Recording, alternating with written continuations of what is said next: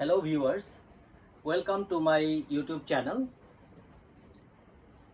Today I am going to discuss about the integration of princely states, Dekhio Rajyasamuhor Samilkaran, and this topic is related to HS second year.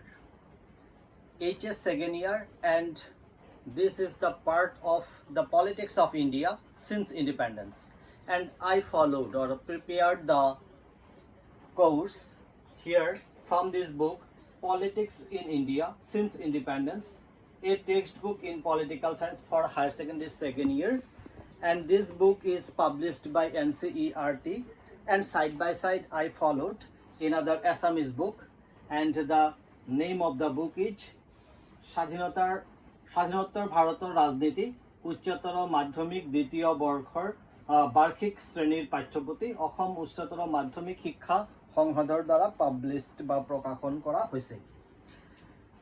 মনত আছে আপোনালোকৰ যে ইয়াৰ আগতে আমি আলোচনা কৰিছিলোঁ, আৰু সেই আলোচনাৰ বিষয়টো আছিল আমাৰ যেনেকৈ পাৰ্টিশন ডিসপ্লেসমেন্ট এণ্ড ৰিহেবিলিটেশন, মানে দেশ বিভাজন, স্থানান্তৰকৰণ আৰু পুনৰ সংস্থাপন, এই তিনিটা বিষয়ৰ আমি আলোচনা কৰিছোঁ।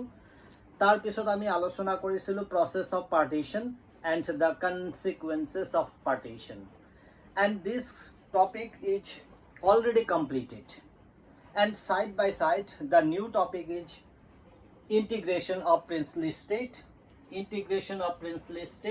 Dekhio Rajyasamuhor Samilkaran. First of all, we should have to know what is the princely states.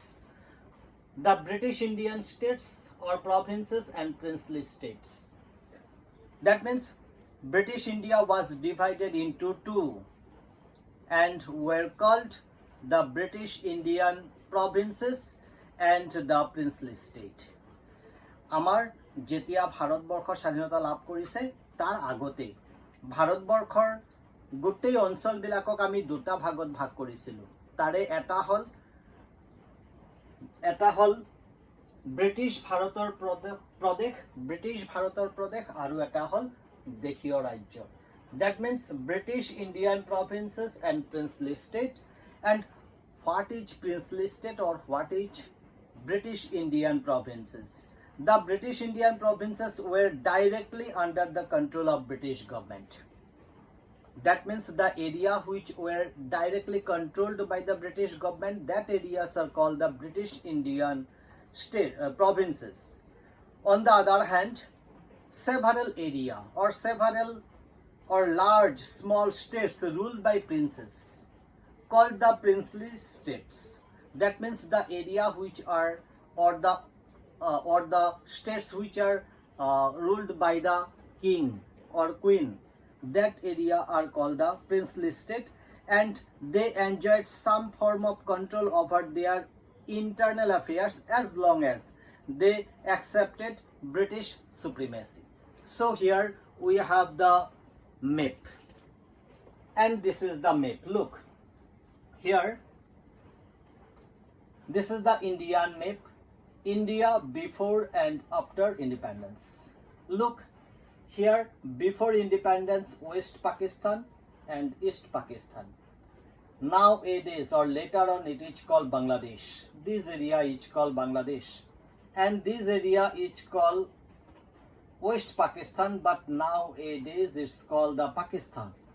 So here the color British India, this color is British India, this area are called the British India. On the other hand, the princely states, this color are the princely states. That means this area were dominated by the king. On the other hand, these areas are directly ruled by the British government. তার মানে হইছে ইয়াতে আমি দুটা আমার এইটো মেপত দেখা পাইছো যে ইয়াতে দুটা কালার দিয়া হইছে। এই কালার ইয়াতে কোৱা হয় British Indian প্ৰভিন্সেস।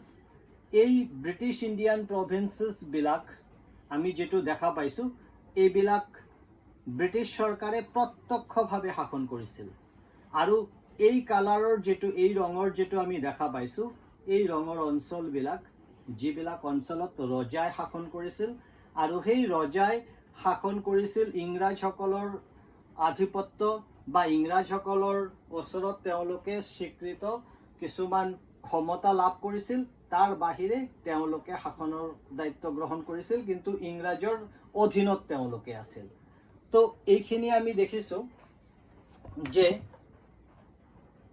British Indian provinces, that means the provinces which are directly controlled or directly ruled by the British government, each called the British Indian provinces. On the other hand, the princely states, that states are ruled by the king, and that is internal affairs which can be enjoyed, very minimum powers can be enjoyed by the king and mainly controlled by the, indirectly controlled by the British supremacy. And this was called the paramountcy or suzerain of the British crown. That means princely states cover 1/3 of the land area of British Indian Empire, and 1 out of 4 Indian lived under princely states. Look, here Indian province, that is called princely states, covered 1/3. Princely states are covered 1/3 of the land area of the British Indian Empire, and 1 out of 4 Indian lived under princely rule. মানে ইয়াতে কোৱা হৈছে 3 ভাগৰ 1 ভাগ যেটো অঞ্চল, আমাৰ ইয়াৰ 3 ভাগৰ 1 ভাগ অঞ্চল যেটো আমি দেখা পাইছো, এইটো হল ইংৰাজসকলৰ প্ৰিন্সলি স্টেট। মানে প্ৰিন্সলি স্টেট আমি দেখা পাইছো 3 ভাগৰ 1 ভাগ অঞ্চল, মানে প্ৰত্যেক 4 জনৰ ভিতৰত এজন এনেকুৱা ধৰণৰ প্ৰিন্সলি স্টেটৰ অধিবাসী আছিল। ইয়াৰ পিছত আমি দেখা পাম the problem of integration। এতিয়া প্ৰশ্ন হৈছে problem of integration, যে আমাৰ ভাৰতবৰ্ষৰ আমি প্ৰত্যেকই গম পাও, all of you know that nowadays India is called a union of states, and this union of states, before independence, number of states were there, and this number of states were united by the British। মানে ইংৰাজ সকলক credit দিব লাগিব, credit goes to the British government or British because they united ourselves। ভাৰতবৰ্ষক একত্ৰিত কৰিছিল ইংৰাজ সকলে, আৰু সেই একত্ৰিতকৰণৰ কারণে যেটো আমার যে সমস্যা, number of problems which are faced by the British Indian people, that means problem of integration, যে শামিলকৰণৰ সমস্যা, মানে এই অঞ্চলবিলাক যে আমি শামিল কৰিম, সেই শামিলকৰণৰ কাৰণে কি আমি সমস্যা সন্মুখীন হৈছিল। যেনেকে just before independence it was announced that British, that with the end of their rule over India, paramountcy of the British crown over princely states would also lapse. That means the princely states would be lapse. That means the paramountcy of the British crown will be lapse after the independence। মানে স্বাধীনতা লাভ কৰাৰ লগে লগে British সকলে ঘোষণা কৰিছিল যে যেবিলাক ৰাজ্য ব্ৰিটিছৰ অধীনত আছিল বা দেশীয় ৰাজ্য যেবিলাক ব্ৰিটিছৰ অধীনত আছিল সেইবিলাক স্বাধীন হৈ যাব, মানে ব্ৰিটিছ সকলৰ আৰু কোনো আধিপত্য নাথাকিব। This means that all these states, as many as 565 in all, would become legally independent. That means after independence 565 states will become independent. The British government took the view that all these states were free to join either India or Pakistan or remain independent if they so wished. That means if they wish, then they can join to the British side or can join to the Indian side, or if they want, then they can become independent। মানে ইয়াতে কোৱা হৈছে যে ইংৰাজ সকলে যোৱাৰ লগে লগে ভাৰতবৰ্ষ স্বাধীনতা লাভ কৰিব। ভাৰতবৰ্ষ স্বাধীনতা লাভ কৰাৰ লগে লগে যেবিলাক ৰাজ্য, সেই ৰাজ্যবিলাকে ইচ্ছা কৰিলে পাকিস্তানৰ লগত শামিল হ'ব পাৰে, ইচ্ছা কৰিলে ভাৰতৰ লগতো শামিল হ'ব পাৰে, বা এনেকুৱা প্ৰিন্সলি ষ্টেটবিলাকে ইচ্ছা কৰিলে নিজে স্বাধীনতা বা স্বাধীন ৰাষ্ট্ৰ হিচাপত ঘোষণা কৰিব পাৰে। এতিয়া এইটো অধিকাৰ দিয়াৰ লগে লগে কি কোৱা হৈছে যে this decision was left not to the people but to the princely rulers of these states. That means to whom they will go, to Indian side or the British side, to Indian side or the Pakistan side, or to remain as independent. Who will decide? It is, or this decision will be taken by the ruler only, not by the people. মানে ইয়াতে কোৱা হৈছে যে ভাৰতবৰ্ষৰ পক্ষত থাকিব কোনো এখন ৰাজ্য নে সেই ৰাজ্যখন পাকিস্তানৰ পক্ষত বা পাকিস্তানৰ লগত সামিল হ'ব নে স্বাধীন হ'ব, এই সিদ্ধান্ত জনসাধাৰণে ল'ব নোৱাৰে। কোনে ল'ব পাৰিব? ইংৰাজসকলে কৈছে যে এই সিদ্ধান্ত মাত্ৰ ৰুলাৰ যিসকল শাসক আছে সেই প্ৰিন্সলি ষ্টেটবিলাকৰ শাসক, এই শাসকবিলাকেহে মাত্ৰ ল'ব পাৰিব। তো ইয়াতে সেইকাৰণে সমস্যা যে হৈছে যে this was a very serious problem and could threaten to very existence of the United India. That means if this type of situation arise, that means at any moment number of parts of India may go to the Pakistan side, or if they declare independent, then it is the serious problem for India to united themselves. মানে ভাৰতবৰ্ষ একত্ৰিত কৰি ৰখা মানে এটা অখণ্ড ভাৰত তৈৰি কৰাৰ কাৰণে এটা ডাঙৰ প্ৰত্যাহ্বানৰ সৃষ্টি হৈছিল। আৰু সেই প্ৰত্যাহ্বান ইংৰাজসকলৰ সময়তে আমি দেখা পাইছিলোঁ। এইটো হ'ল যে প্ৰব্লেম অফ ইণ্টিগ্ৰেশ্যন মানে সামিলকৰণৰ যিটো সমস্যা। The problem started very soon when first of all the ruler of Travancore decided on independence. That means the ruler of the Travancore announced that the state had decided to independent. Travancore ruler শাসকে দাবী কৰিছে যে তেওঁ স্বাধীনভাৱে বা স্বাধীন হ'ব খোজে, ভাৰতৰ লগত সামিল হ'ব নোখোজে, পাকিস্তানৰ লগতো সামিল হ'ব নোখোজে। Number 1। Number 2, Nizam of Hyderabad. Nizam of Hyderabad also decided independence. That means Hyderabadৰ যিজন নিজাম, সেই নিজামজনেও বিচাৰিছে যে তেওঁ স্বাধীন হ'ব বিচাৰিছে। Then again, the ruler like Nawab of Bhopal disliked to joining the Constituent Assembly. নবাব যিজন ভূপালৰ নবাব, তেওঁ সংবিধান সভাৰ লগত সংযুক্ত হ'ব খোজা নাই। So this response of the ruler of the princely states mean that after independence there was a very real possibility that India would get further divided in number of small countries.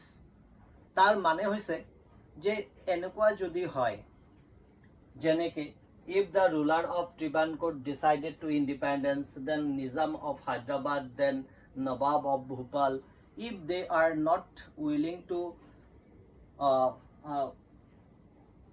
connect with the Indian Union, then the problem arises, and the problem is number of small countries will be, or India will be divided into the number of small countries.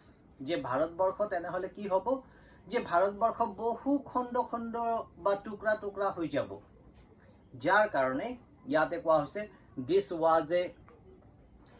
was a strange situation since the Indian independence was aimed at united self-determination as well as democracy. In most of these princely states, governments were run in a non-democratic manner, and the ruler were unwilling to give democratic rights to their population or the people. That means most of the parts of that princely states there was no democracy, non-democratic ruler or non-democratic manner was there, and there was no democratic right to the people, and they have or they had no decision to support to Indian side or Pakistan side. So this was the problem of the integration or problem of integration.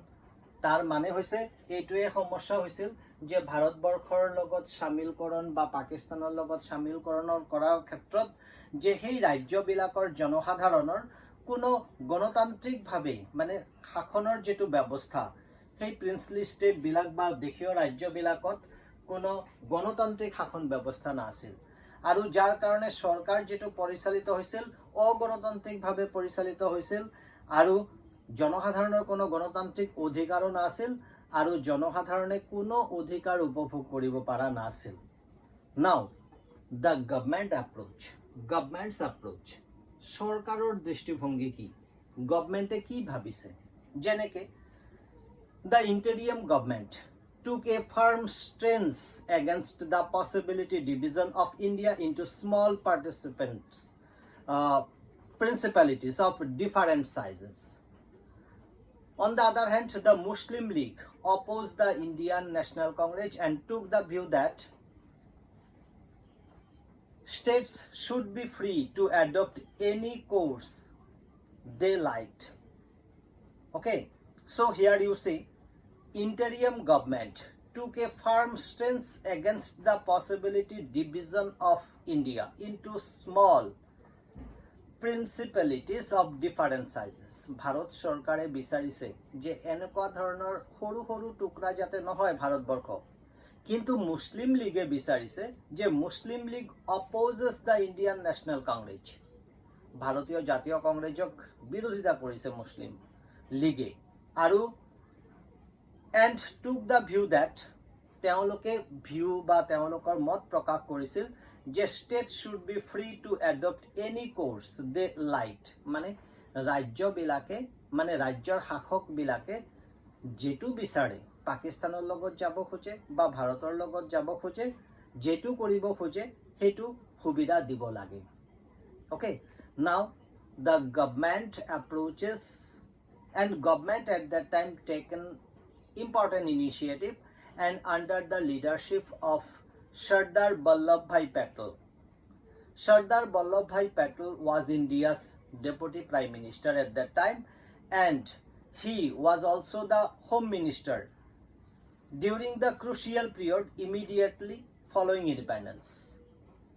He played historic role in negotiating with the rulers of princely states firmly but diplomatically and bringing most of them into the Indian Union. At that time, Sardar Vallabhbhai Patel, those who was the deputy prime minister and the home minister also, and he took initiative to bring most of them into the Indian Union. That means most of the his diplomatic knowledge and his initiative with the negotiation of the Indian princely states and the rulers, those who tried to bring most of the parts of the Indian side. মানে ইয়াতে কোৱা হৈছে যে সৰ্দাৰ বল্লভভাই পেটেল সেই সময়তে ভাৰতৰ উপ-প্ৰধানমন্ত্ৰী আছিল আৰু তেওঁ সেই সময়তে হোম মিনিষ্টাৰ বা গৃহমন্ত্ৰীও আছিল.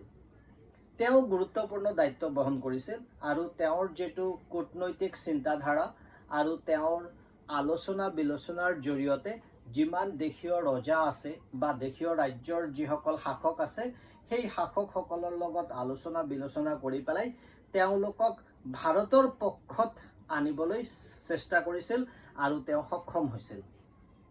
The government approaches was guided by three consideration. Mainly the government approaches was considered three consideration আৰু তিনিটা মূল বিষয় বা দৃষ্টিভংগীৰ ওপৰতে ভাৰত সৰকাৰে সেই সময়তে গুৰুত্ব প্ৰদান কৰিছিল. Number 1, the people of most of the princely states wanted to become part of the Indian Union. আচৰিত কথা যে সেই সময়তে ৰজাসকলে that means the decision should be taken by the ruler, but most of the people of the princely states they tried or they wanted to stay with India. তার মানে বিচাৰিছিল যে most of the princely states clearly wanted to become part of the Indian Union. That means people tried to become the part of India. That was the number one government approach. The number two government approach was government was prepared to be flexible in giving autonomy to some regions. Government was very flexible. Secondly, government was prepared to be flexible in giving autonomy to some regions. The idea was to accommodate plurality and adopt a flexible approach in dealing with the demands of the regions. তার মানে কোৱা হৈছে যে দ্বিতীয়তে সৰকাৰে খুব flexible, খুব নৰম পন্থা বা নৰমপন্থী যেটো চিন্তা যে তেওঁলোকে বিচাৰিছিল যে কোনো অঞ্চল যদি তেনেকুৱা স্বায়ত্ত শাসন বিচাৰে বা তেওঁলোকৰ অঞ্চলৰ যেটো কৃষ্টি কলা বা সাহিত্য সংস্কৃতি ইত্যাদি বজাই ৰাখিব খোজে তেনেহলে তেওঁলোকৰ লগত আলোচনা বিলোচনাৰ জৰিয়তে তেওঁলোকৰ যেটো স্বকীয় দৃষ্টিভংগী হেতু বজাই ৰখাৰ কাৰণে গুৰুত্ব প্ৰদান কৰা হ'ব বুলি অ্যাসুৰেন্স দিছিল. And third was the backdrop of partition, which brought into focus the contest over demarcation of territory. The integration and consolidation of the territorial boundaries of the nation had assumed supreme importance.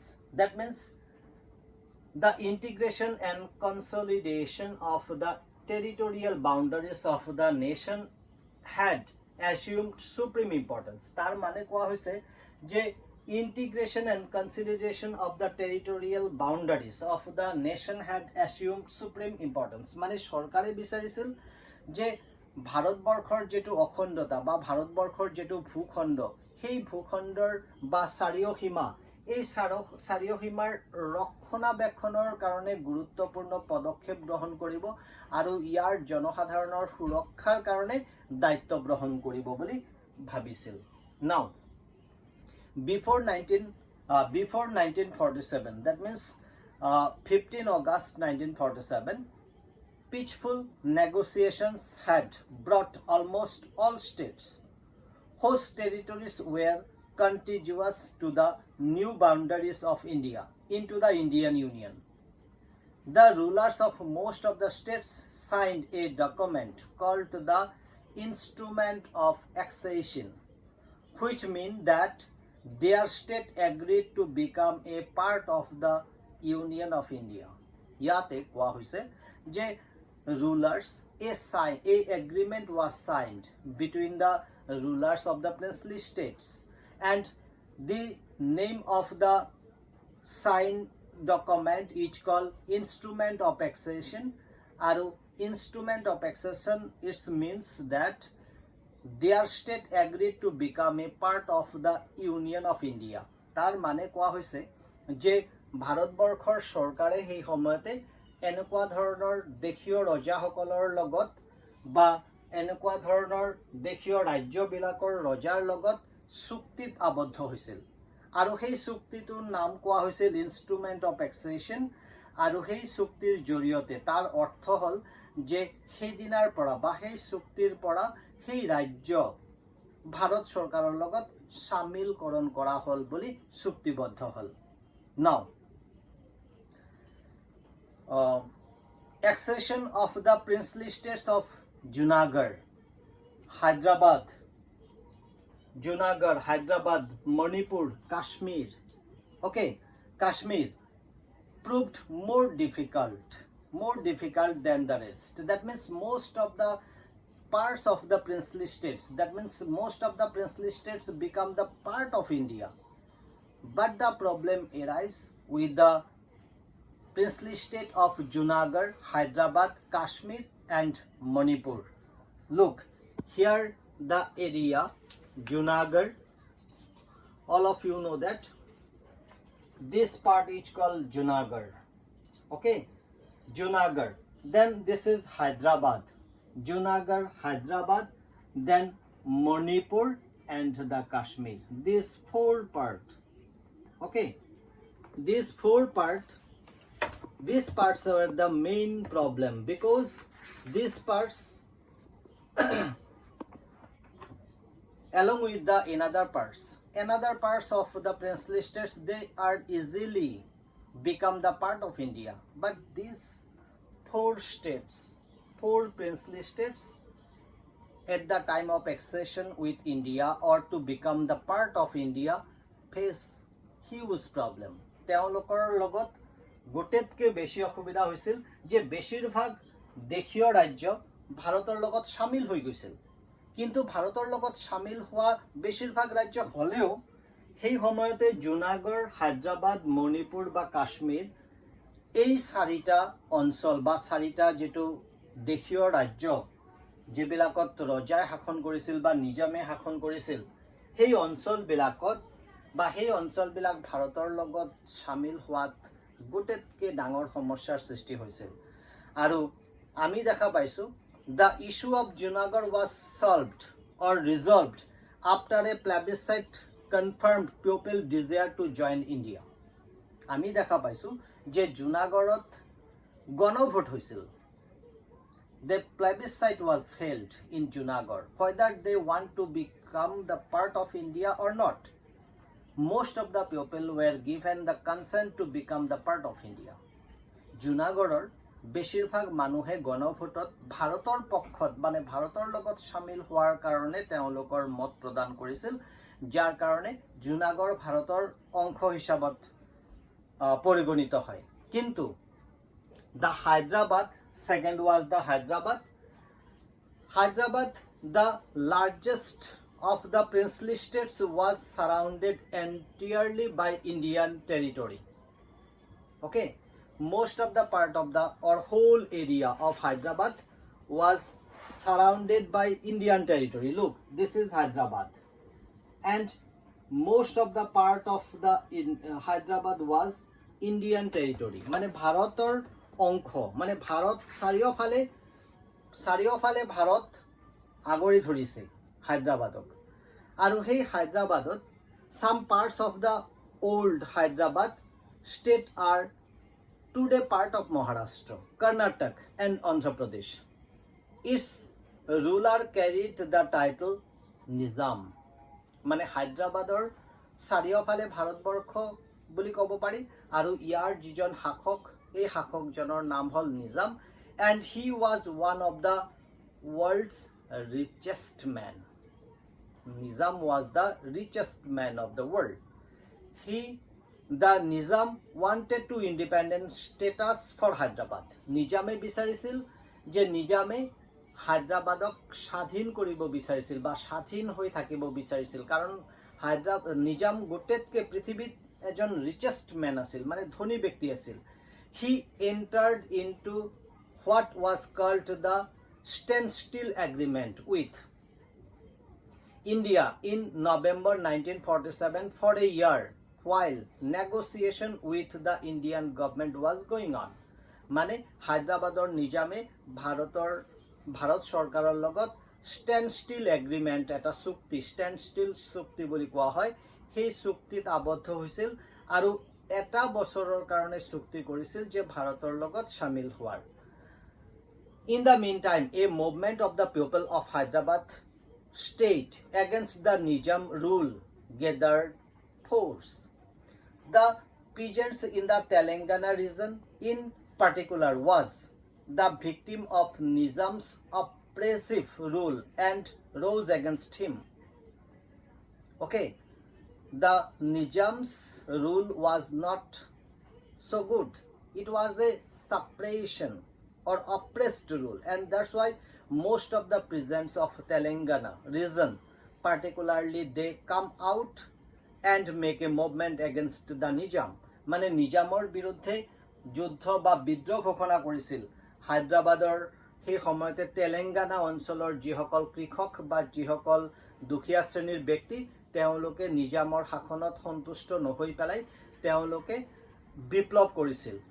Women who had seen the worst of this oppression joined the movement in large number. Hyderabad town was the nerve center of this movement. The Communists and the Hyderabad Congress were in the forefront of the movement. The Nizam responded by leasing a paramilitary force known as the Rajakars on the people. The atrocities and the communal nature of the Rajakas knew to bounds. They murdered, maimed, raped and looted, targeted particularly the non-Muslims. The central government had to order the army to track the situation. In September 1948, Indian army moved in to control the Nizam's force. After a few days of intermittent fighting, the Nizam surrendered. This led to Hyderabad accession to India. আমি দেখা পাইছো যে নিজামৰ শাসক নিজাম কি কৰিব বিচাৰিছিল এনেকুৱা শাসন নিজামৰ বিৰুদ্ধে যেটো বিদ্ৰোহ ঘোষণা হৈছিল সেই বিদ্ৰোহ দমন কৰাৰ কাৰণে ৰাজাকাৰ্স নামৰ যিসকল পেৰামিলিটাৰী তেওঁলোকক ব্যৱহাৰ কৰিছিল আৰু সেই ৰাজাকাৰ্স পেৰামিলিটাৰীয়ে মানুহক যেনেকে মাৰ্ডাৰ কৰিছিল ৰেপ কৰিছিল বা লুট কৰিছিল আৰু তেওঁলোকে নন যিবিলাক মুছলিম তেওঁলোকৰ ওপৰত বেছি অত্যাচাৰ কৰিছিল যাৰ কাৰণে ভাৰত চৰকাৰে বা ভাৰত চৰকাৰৰ যিসকল মানে আৰ্মি পঠোৱা হৈছিল আৰু সেই আৰ্মিয়ে গৈ পেলাই নিয়ন্ত্ৰণ কৰিছিল নিজামৰ ফোৰ্সক আৰু তাৰ পিছত হায়দৰাবাদ ভাৰতে দখল কৰিছিল then the Manipur The another is the Manipur. A few days before independence, the Maharaja of Manipur, and the name of the Maharaja of Manipur was Bodhan Chandra Singh, signed the instrument of accession with the Indian government on the assurance that the interim autonomy of the Manipur would be maintained.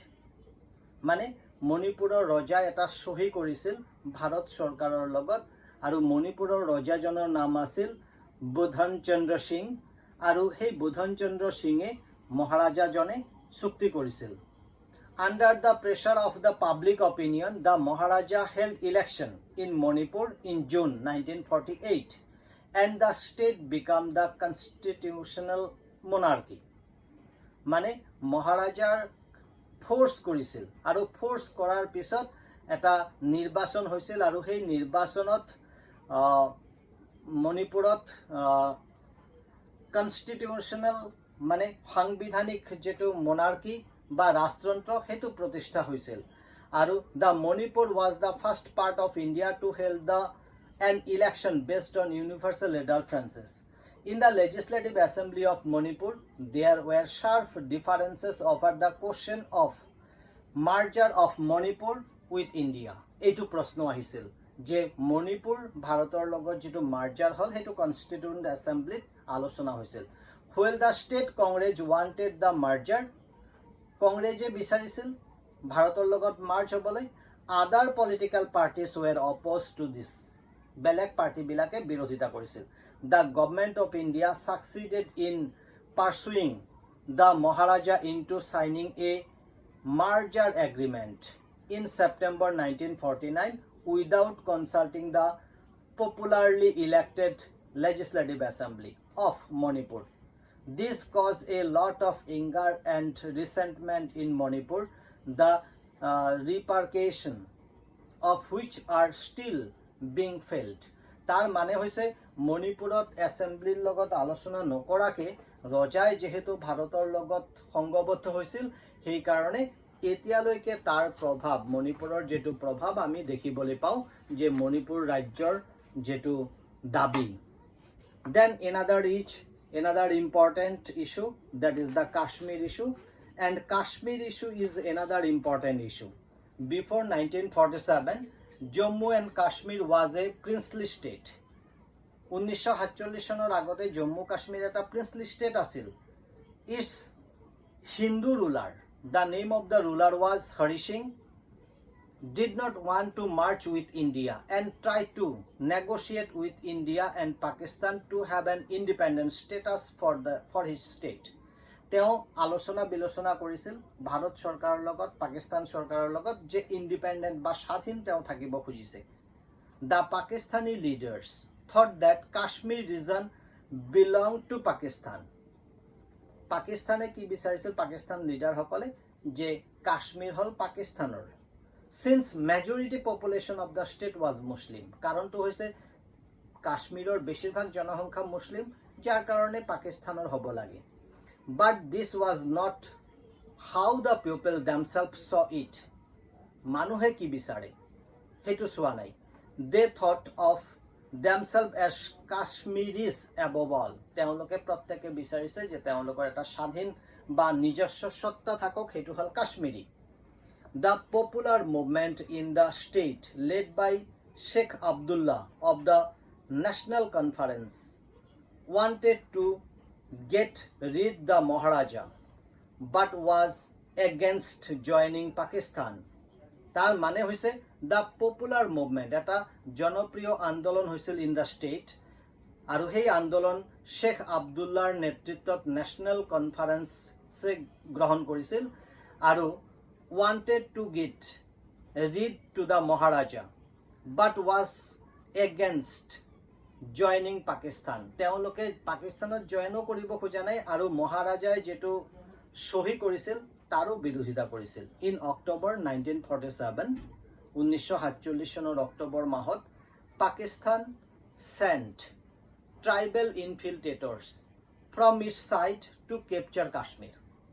Kashmir ক্যাপচাৰ কৰাৰ কাৰণে পাকিস্তানে কিছুমান tribal ইনফিল্ট্ৰেটৰ্স পঠাই দিছিল প্ৰব্ৰজনকাৰী this forced the Maharaja to ask the Indian military help যেটো ফোৰ্সৰ কাৰণে মহাৰাজাই ভাৰত চৰকাৰৰ সহায় লবলৈ বাধ্য হৈছিল India extended the military support and dropped back the infiltrators from Kashmir Valley Bharat চৰকাৰে বা ভাৰত চৰকাৰৰ আৰ্মিৰ গৈ পেলাই সেই সময়তে যিসকল ইনফিল্ট্ৰেটৰ্স আহিছিল বা প্ৰব্ৰজনকাৰী আহিছিল তেওঁলোকক কাশ্মীৰ ভেলীৰ পৰা পঠাই দিছিল but only after the Maharaja had signed an instrument of accession was the government of India তাৰ পিছত গভৰ্ণমেণ্ট অফ ইণ্ডিয়াৰ লগত ইনষ্ট্ৰুমেণ্ট অফ accession এটা সহি আৰু সেই সহি কৰিছিল it was also agreed that once the situation normalized the view of the people of JK Jammu Kashmir will be ascertained about their future তার মানে কোৱা হৈছে যে এই সহি কৰাৰ সময়তে কোৱা হৈছিল যে যেতিয়া পৰিস্থিতি নিয়ন্ত্ৰণ হ'ব সাধাৰণ হ'ব তেতিয়া জম্মু কাশ্মীৰৰ জনসাধাৰণৰ মতামত লোৱা হ'ব Sheikh Abdullah took over as the prime minister of the state of Jammu and Kashmir মানে শেখ আব্দুল্লাহ সেই সময়তে জম্মু কাশ্মীৰৰ প্ৰাইম মিনিষ্টাৰ হিচাপত পৰিগণিত হৈছিল বা নিযুক্তি লাভ কৰিছিল The head of the government in the state was then called prime minister in March 1948 India agreed to maintain the autonomy of Jammu and Kashmir মানে 1948 চনত ভাৰতবৰ্ষই স্বীকৃতি প্ৰদান কৰিছিল যে জম্মু আৰু কাশ্মীৰৰ যেটো অটোনমি স্বায়ত্ত শাসন বা স্বতন্ত্ৰতা হেতু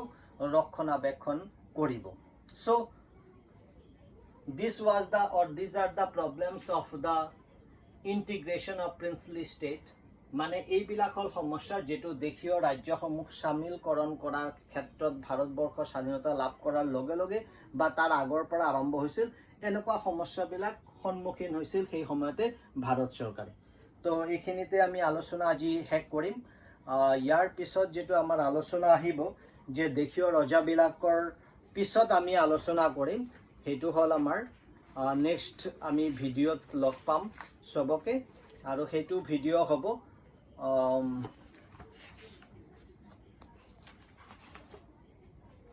reorganization of states ৰাজ্যসমূহৰ পুনৰ্গঠন তো মই আশা ৰাখিছো I hope all of you will benefit from my video and we will meet again on the topic. The topic is reorganization of states.